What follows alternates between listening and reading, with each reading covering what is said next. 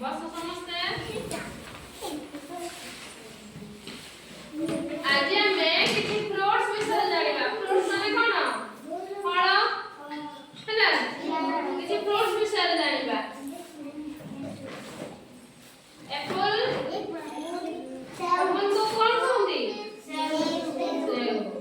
Orange orange को ओडिया रे कोन कहंती कमला कमला कहंती। आ coconut coconut माने नडिया। कोकोनट को ओडिया रे कोन कहंती नडिया कहंती। भलो से बस भलो से बस।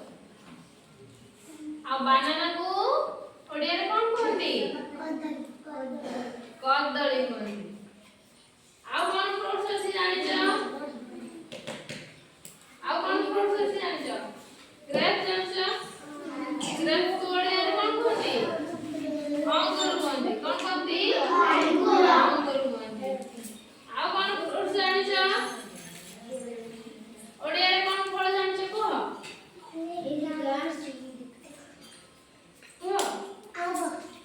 आ कोन फ्रूट्स जानि छ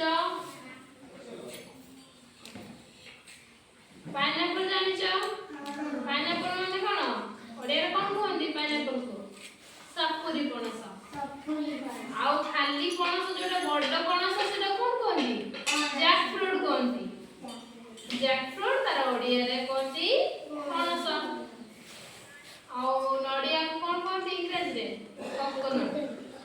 बनाना रो ओडिया कोन बनाना ओडिया रे कोन कहंती कदली कहंती। आ ग्रेप्स को ओडिया रे अंगूर कहंती। आ कोन फल जानि छ को आंबो। आंबो को इंग्लिश रे कोन कहंती मैंगो कहंती कि नहीं मैंगो मैंगो को ओडिया रे आंबो कहंती। ताने हम किछि फ्रूट्स जानि जानि कोन फ्रूट्स जानि कोकोनट जानि